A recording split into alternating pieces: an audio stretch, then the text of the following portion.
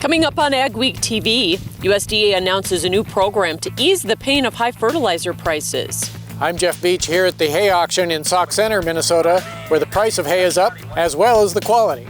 The Great Resignation comes to the farm. And a growing list of new soybean processing plants are in the works as the low-carbon fuel market explodes. But will there be enough soybeans?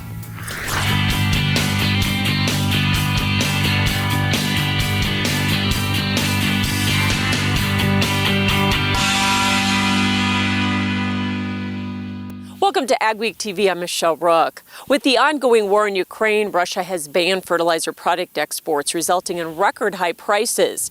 In response, USDA is supporting additional fertilizer production for American farmers to address rising costs and spur competition. The agency will make available $250 million through a new grant program this summer. FSA Administrator Zach Ducheneau says it will support independent, innovative, and sustainable American fertilizer production.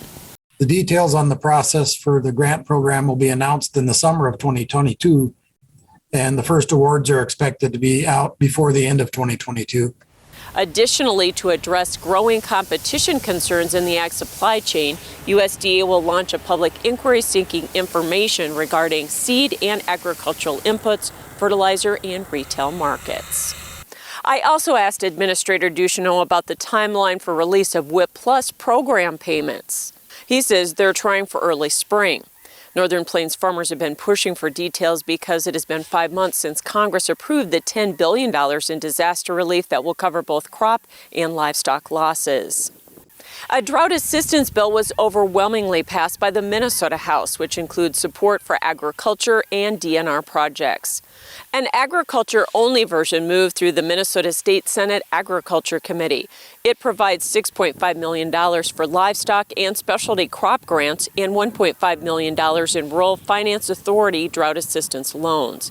State lawmakers and Governor Tim Walz began the drought relief discussions late last summer with hopes of passage during a special session, but that did not materialize. One of the region's biggest hay auctions has been busier than usual because of the severe drought for much of the upper Midwest during the 2021 growing season. Jeff Beach was there and joins us now with more on what he found. High demand means prices are up, but so is the quality of the hay that's for sale. How about you? 175, 88, 90. We got Scotty. Well, our hay crop was pretty much non-existent. So Les Bell turned to the auction block. He's buying hay to feed the grass-fed beef cattle he raises near Motley in central Minnesota. He grazed everything he had, and while he's paying more to feed them this year, he says many producers around him weren't so fortunate. Well, there's been massive liquidations in our area where guys sold whole herds of cows. I mean, they're gone. Hay prices are up $50 to $100 per ton over last year. 10, get 22, 10, 20, 30. Part of the lingering effects of the drought of 2021 in much of the western U.S. The prices have increased dramatically. Al Wessel co-owns Mid-American Auction Company. He says they've been bringing in hay from up to 500 miles away.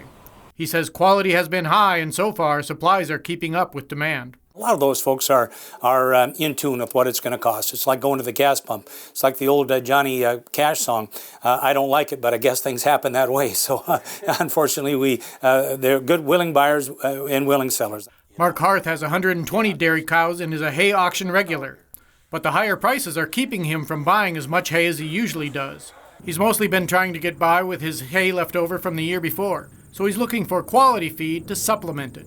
Always looking to buy nothing less than 170 on the feed value and obviously nothing less than 22 on the protein. It's unheard of to have numbers like what they've had the last couple sales here and to have that much. Livestock producers are also watching the progress of a drought relief bill in the Minnesota legislature that could help pay for some of the extra cost of feed and hauling water from last year's drought. You either pay it or you go without. Simple as that. Mid-American also fills some hay orders for bidders who can't be at the auction. Thanks, Jeff. EPA has approved label amendments that further restrict the use of over-the-top dicamba in Minnesota and Iowa this season. In Minnesota, farmers south of I-94 can't spray after June 12th. North of that line, the cutoff remains June 30th. There is also an 85-degree temperature cutoff. In Iowa, the spray cutoff date is now June 20th. These changes are intended to reduce the risk of off-target spray drift. In the last year, numerous new soybean processing and related biofuels plants have been announced across the U.S., with more in the works. But will there be enough soybeans for all this extra demand? I talked to farmers and industry experts to get their take. The soybean processing industry is entering a new era, driven by the need for low-carbon fuels like renewable diesel to meet California's low-carbon fuel standard. It sequesters and eliminates a significant amount of greenhouse gas and carbon as compared to fossil fuels. This new demand has been pushing up the price of soybean oil, which is now a much larger percentage of the value of soybeans. I've heard anywhere from 47% to 51%, which is just incredible. I mean, it never was that high. And members of South Dakota soybean processors say that means near record crush margins for soybean facilities, which dictated their decision to build a new plant near Mitchell. With this renewable diesel, obviously they're forecasting that just to go up, and we need more oil. So as long as that's there, I think the margins will be good. Minnesota Soybean Processors also owns a third of the proposed Castleton, North Dakota plant, and there's already a line forming for the soybean oil, even though they don't break ground until spring. Biodiesel is going to have to fight for the oil. Food companies are going to have to fight for the oil. The big question is whether there will be enough soybeans to meet this growing demand. You have about 60% of the volume of soybeans that is sent out of the country as export volume. That can stay domestically at some percentages and be used in the production of food and fuel. Plus, other feedstocks like animal fat and corn oil can be used to make renewable diesel. Soy will continue to be the flagship feedstock for some years to come, but yet we're going to need every feedstock to serve this growing market. A market they expect to double by 2030. The Nebraska Public Service Commission unanimously imposed a $290,000 civil penalty against a South Dakota grain company. Banghart Properties of Gettysburg was fined on March 15th for purchasing grain in Nebraska without a license. The fine was reduced 2/3 from the original penalty. No farmers lost money or were unpaid in the deal. The company has 30 days to pay the fine or appeal. Coming up on AgWeek TV, why one farmer has decided the time is right to call it quits.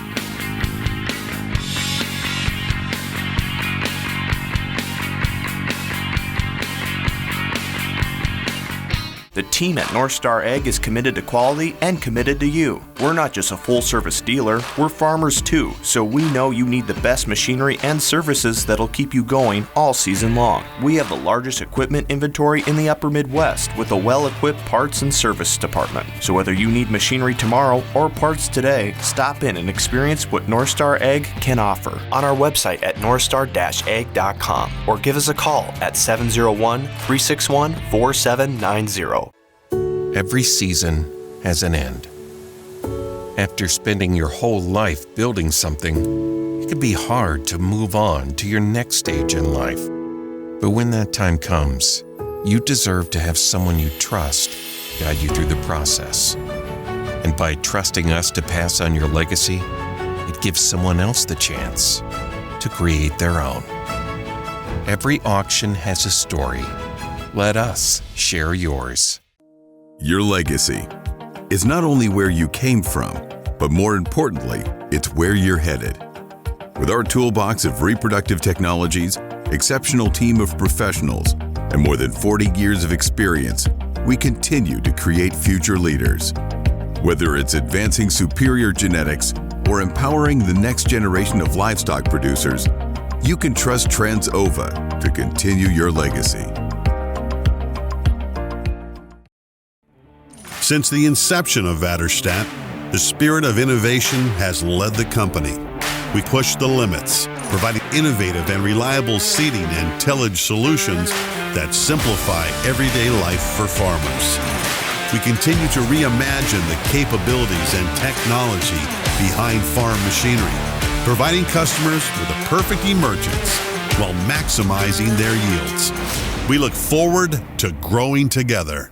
Growing up as a kid, Gateway was always the grain bin building and the grain handling people that were out in our area. One of the reasons we chose to go with Gateway was they're the leader in the industry and they are the #1 Brock dealer in the United States. We've really liked the Brock design and some of the designs that Gateway has come up with throughout the years. My best advice would be to just put your trust in them and let them come up with the design that's going to fit your needs. A long run has come to an end on one family farm. The Bjork family has farmed in southeast North Dakota since 1898, but now it's ending with the 4th generation. Mikkel Pates has more in this week's AgWeek cover story. With the price of used farm equipment through the roof, some people think now is the time to retire. A lot of guys will farm till they're 80 years old just because they can't give it up. Brian Bjork has farmed his whole life raising wheat, soybeans, and lately corn. But at age 62, after wrapping up the 2021 season, he decided his 42nd crop was his last.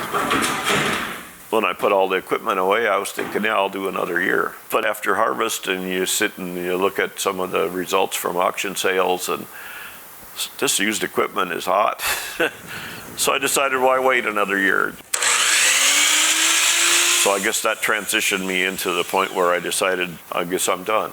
And while Bjork is able to take advantage of the high used equipment prices, he's not going to miss the higher cost of nearly everything else. Done with buying chemicals. I'm done with worrying about fertilizer price. I'm done with crop insurance, expensive truck licenses, and all this stuff. It's like it was a Christmas present to myself to just say, hey, I don't have to do this anymore.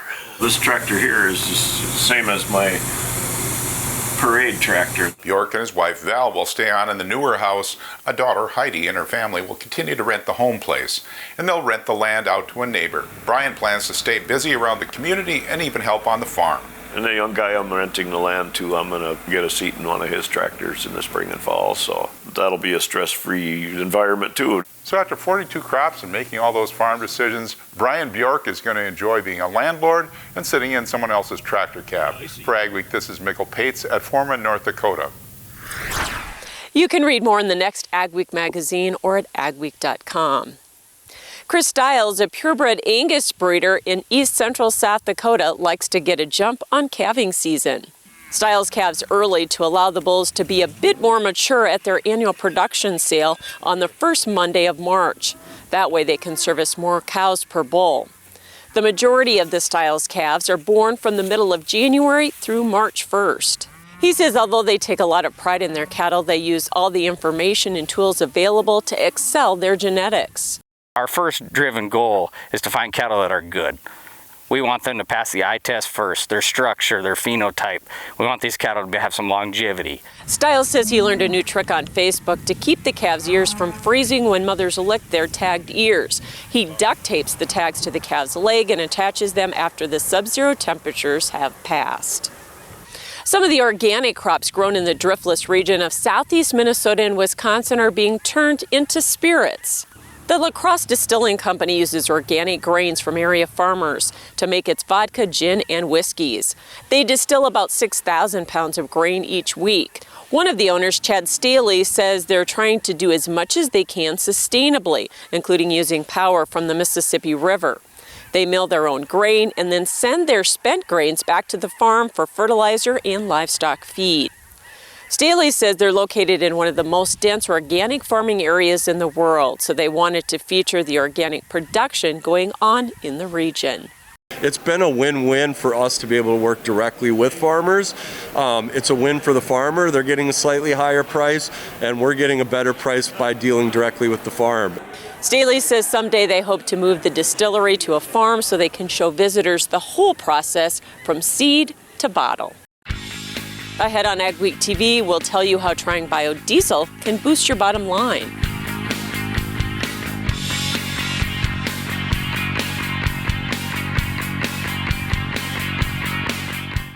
Good work, good pay, and a good life. It's a Trans Systems way. Good work, good pay, and a good life. Lets me live my way. Good work, good pay, and a good life. Trans Systems way. Good work, good pay, and a good life. It lets me live my way. It's the Trans Systems way. Good work. For over 130 years, Farmers Mutual of Nebraska has been providing protection from the unexpected. Farmers and ranchers choose Farmers Mutual insurance coverage for their industry experience, prompt claim service, and unmatched financial strength. Experience an insurance plan that's customized for your operation.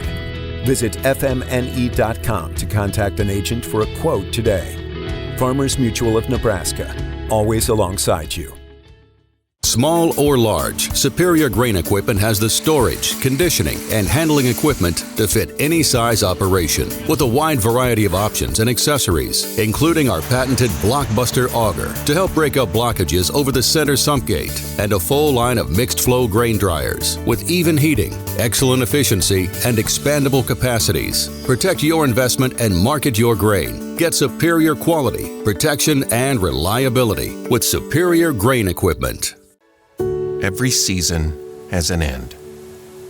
After spending your whole life building something, it can be hard to move on to your next stage in life. But when that time comes, you deserve to have someone you trust guide you through the process. And by trusting us to pass on your legacy, it gives someone else the chance to create their own. Every auction has a story. Let us share yours. For AGWEEK, this is Mikkel Pates at Watertown, South Dakota. We'll look at the positive impacts that dairy can have on the community. A Minnesota couple has put a grain bin to a new use. Spoiler alert, it's not grain. This elaborate system of tubing with the downhill slope is how Maplewood State Park gathers sap to make syrup. Thanks for joining us for this week's edition of AgWeek TV. Remember, for all your ag news, go to agweek.com or follow us on Facebook and Twitter as well. It felt a lot like spring this week, but don't get the planters out just yet. Here's John with our AgriWeather Outlook.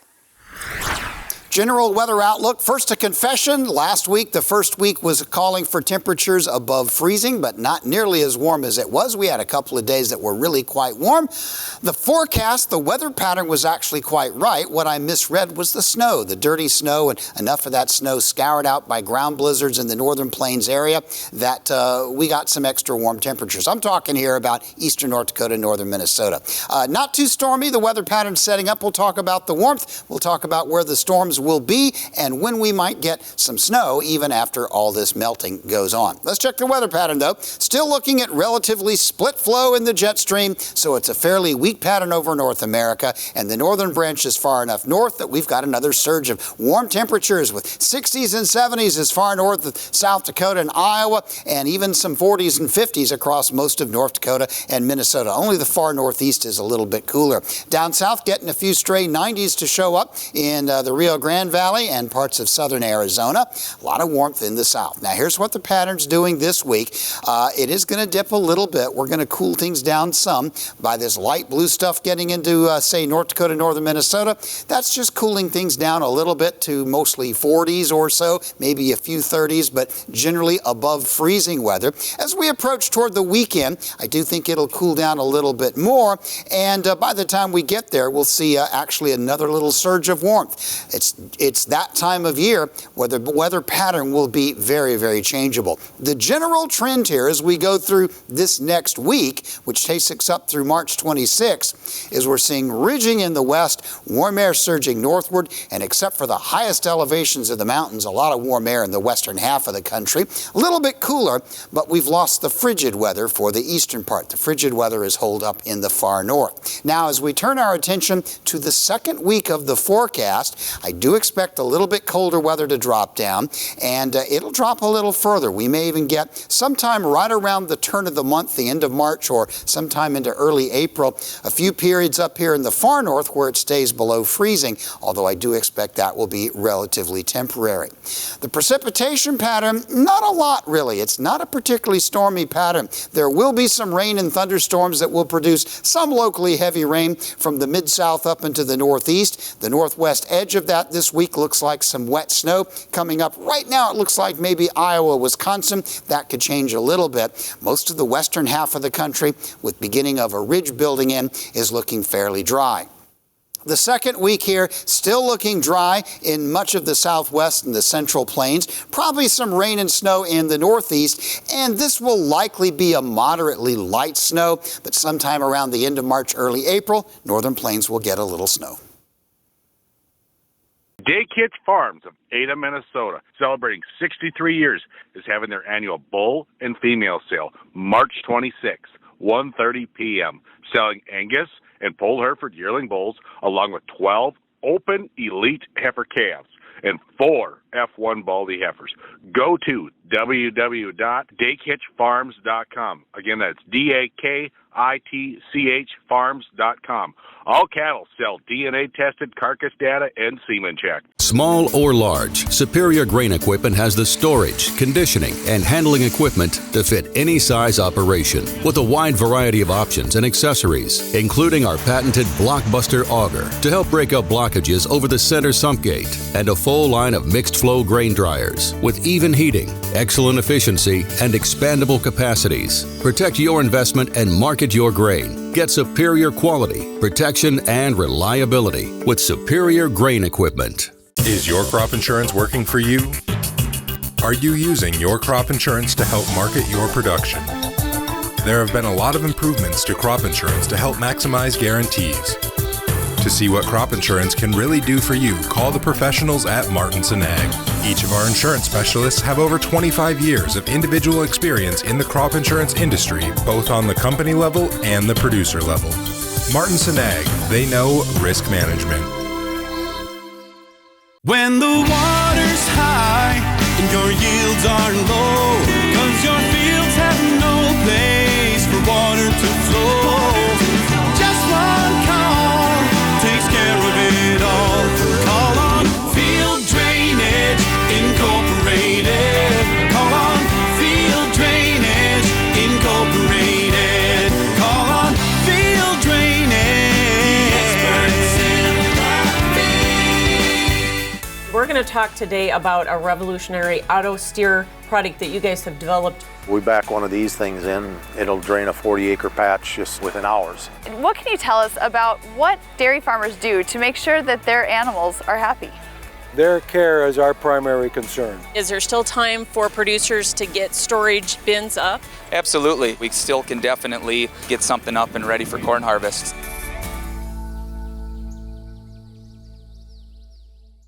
AGWEEK TV Soy Insight, brought to you by the North Dakota Soybean Council.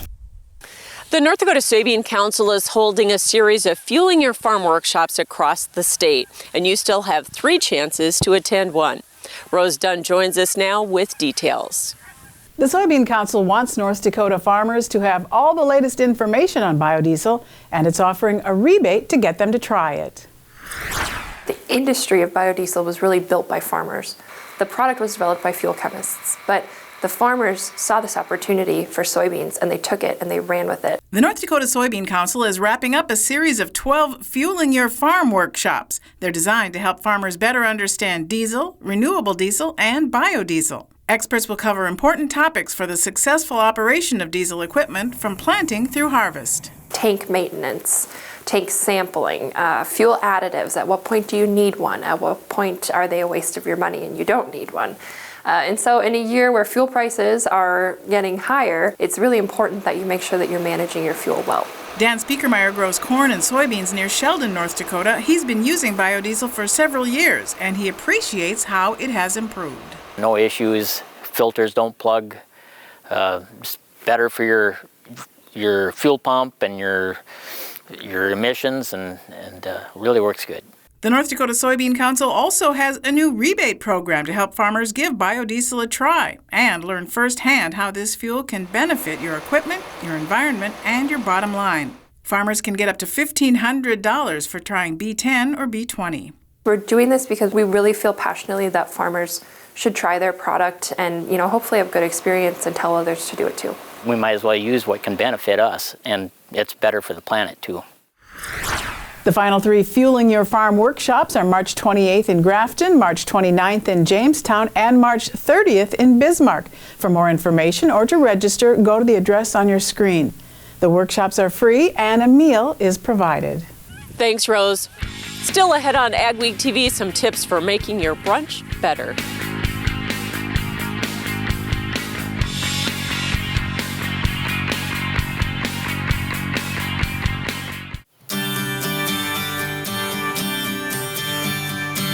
At Advanced Grain Handling Systems, we're your full-service grain dryer and bin project partner. We'll handle everything from start to finish. These guys are all in one. That was one of the big draws. They were the general. They took care of the electrical. They took care of the cement, took care of everything. Whether your next project is big or small, let our team help with it all. Visit advancedgrainhandling.com. Hamilton System Inc. in Drayton, North Dakota is the North American distributor of the Fantini corn and sunflower header. Both the L03 corn head and the G03 sunflower head have a simple, high-efficiency, low-maintenance PTO-driven gearbox, which eliminates slippage and power loss even in the most trying conditions. These heads are built with a solid one-piece frame and tubular steel construction that will withstand the harshest field conditions. Available in models from 4 to 18 rows, they adapt to any combine and come with a 4-year warranty on the transmission units. Don't miss out on the equipment you'll need next season. Titan Machinery, your local Case IH dealer, has early order discounts on its full line of powerful, efficient, new Case IH equipment, including tractors, combines, and self-propelled sprayers. Get a great deal and ensure that you have the latest in productivity and technology. Supply chains are tight. Contact your Titan Machinery dealership today and find out how much you can save by ordering ahead. Titan Machinery, your local Case IH equipment experts. AuctionBlock.com. First with online equipment auctions in 1999. First in worldwide registered users. AuctionBlock.com. Online farm, construction, and transportation equipment auctions every Wednesday. Sell with the leader. Call Auction Block today, 218-483-7880, or visit us online at AuctionBlock.com. Go beyond the headlines with an AgWeek membership. Get in-depth agribusiness reporting, original farm and ranch stories, and fact-based research for the most comprehensive ag news in the upper Midwest. Experienced ag journalists bring you exclusive ag news, insights, and policy updates you won't find anywhere else. Become a member today and get unlimited access to AgWeek and AgWeek TV. If you're planning a special brunch for Easter or Mother's Day, Kristen Clark has some ideas to make it even better. Kristen Clark is the Iowa farmer who writes the Food and Swine blog. She's also a monthly AgWeek magazine columnist and shares videos at agweek.com. This week, she shares a video recipe for the famous lemon ricotta pancakes she first tried at Sarah Beth's Bakery in New York. She also shares several other ideas to make your brunch memorable. Stories you'll only see on agweek.com and AgWeek magazine this week. A Minnesota family raises longhorned Highland cattle, which are growing in popularity due to their gentle nature and quality meat. And the Regenerative Agriculture Alliance held its first ever convergence to help farmers and the community learn about regenerative poultry. Thanks for watching this week's edition of AgWeek TV. Remember, for all your ag news, go to agweek.com. You can also follow us on Facebook, Twitter, and Instagram. You have yourself a great and safe week.